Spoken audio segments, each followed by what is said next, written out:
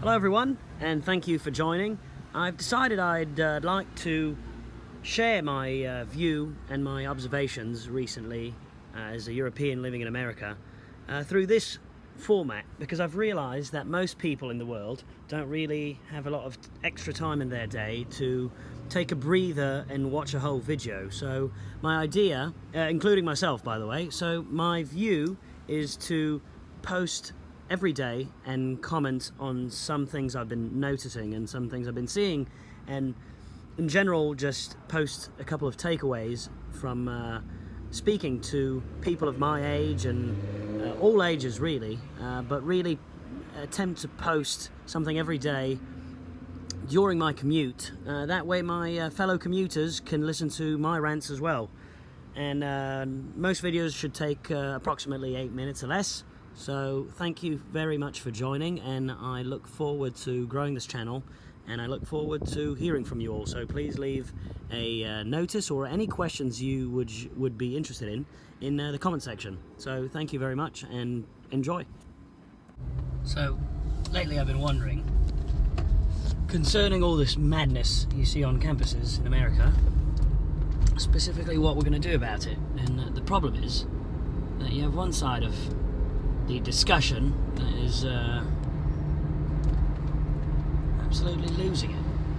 So the question I have is, these people that continuously talk about wanting to share views and have similar views, and they want people to get along throughout the world, no matter their background, their beliefs, their origin. They want all these people to get together, but then if you disagree with them, they hate you and they rather kill you. So it really leads me to believe, who are these so-called Nazis and fascists that these college people continuously accuse? Because personally, by the looks of it, it's clearly one side that's trying to shut down any civil debate. And if you really think about it, it's quite funny, really. It's the one side that tries to shut down any civil debate, accusing the other side of being a Nazi. And now, people on the right, there might be some skinhead Nazis, but by far, anyone on the right does not hold any Nazi beliefs by any means. And the truth is that the left, throughout the world, but right now we're talking about America, but throughout the world, the left has always had big government control as its central discussion point, as its central theory. So why the hell would you accuse the right, which is by large measure always for small government and less government regulation, you'd accuse the right to be a Nazi? Meanwhile, your own party, which clearly supports big government control, you don't think that's a Nazi? That sounds like a fucking Nazi to me, personally. So I really think the problem, I've been seeing in America is it's a high school education, and it's education from an early age. People in America do not learn history properly. They do not have a good understanding of history, especially recent history, and all the failures of socialism. That's why you see a bunch of crazies like Bernie get so many votes. It's unbelievable. So you really think about it more than 2 seconds, you start questioning it. You say, well, how the hell is a guy like this, who's literally calling for socialism, he's calling for socialism to everyone, and people in America, the most capitalistic, successful country in the world, are falling for it? And there's examples throughout history, throughout the world, of how crap socialism is and how much it's failed in every possible way. You take a country like Venezuela, used to be successful, now it's a piece of crap. Why? Because of socialism. It's very obvious. Don't tell me, oh, socialism hasn't been implemented correctly. No, it has, many, many times. And I'm not even talking about Stalin, I'm talking about Chavez. I'm talking about Fidel bloody stupid Castro with his stupid friend Che Guevara. Are you joking? So the real problem I've seen, and clearly I've grown up in Europe, and believe me, Europe has plenty of problems, many, many more problems than the United States has. Just look at the job opportunities, the GDP, just look at everything. The United States is by far the more successful situation, and Europe used to follow the American model. It used to be a lot more free market oriented. Unfortunately now, what's happened to Europe is a disaster. It really, really is. Everyone thinks that, well, people are stupid, let's let the government decide everything for us. Let's just be dependent on the government. That's a recipe for disaster. Absolute disaster. So,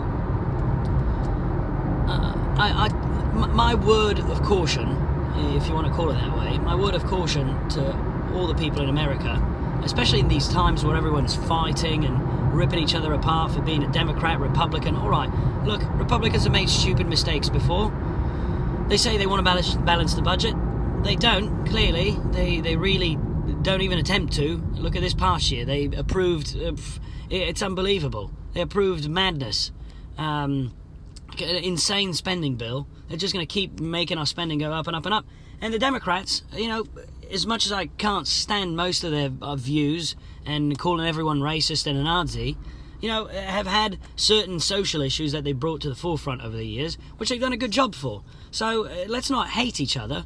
The thing I'm asking is, how about we come to a point where we can have a civil discussion with the other person who disagrees with us without ripping each other apart? It's really sad seeing this country just fight over stupid things like this, because, to be honest, it's a wonderful country, it's a beautiful experiment, and it's the most successful and beautiful, amazing country in the world, and we're tearing each other apart on college campuses and in the streets. People are beating each other up, and for what?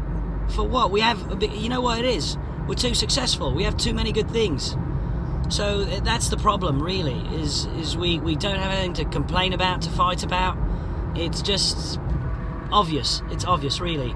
My suggestion is for everyone to take emotions out of politics, take emotions out of your discussions, remove them from any discussion whatsoever. Emotions can be a good thing. If you're dealing with a romantic relationship, fantastic. They should not have a place in politics, because they're not fact. So, as a favourite of mine, Ben Shapiro, says, facts don't care about your feelings. So please keep that in mind.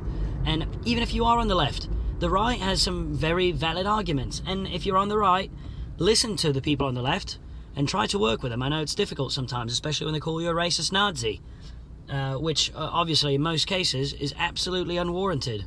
So I think that's the path we really have to walk. And to be honest, I don't see a big change right now.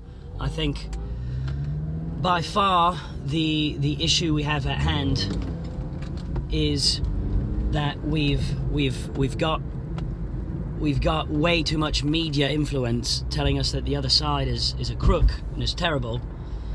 We have to look beyond that. We all have people we love we disagree with, and we don't stop loving them just because we disagree with them.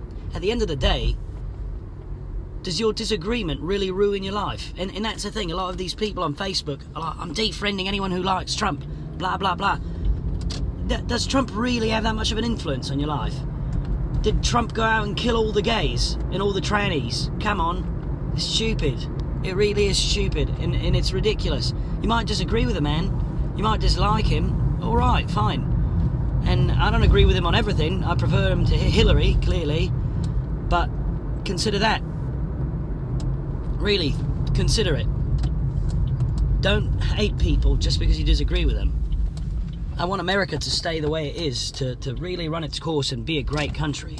And let's not focus on, there's racism all over the place. That's a topic for another day. But don't rant and accuse America of being racist. Ask anyone.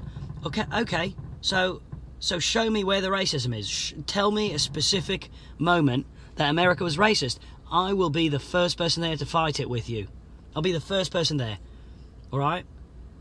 But you can't accuse a system of being racist and then you ask these people, all right, give me a specific example of where you saw racism. And all they can say back is, oh yeah, it's a systematic thing. How can it be systematic if you can't even give me one bloody moment that you've seen racism? So that's my morning rant. Thank you for listening. God bless America. Talk to you soon.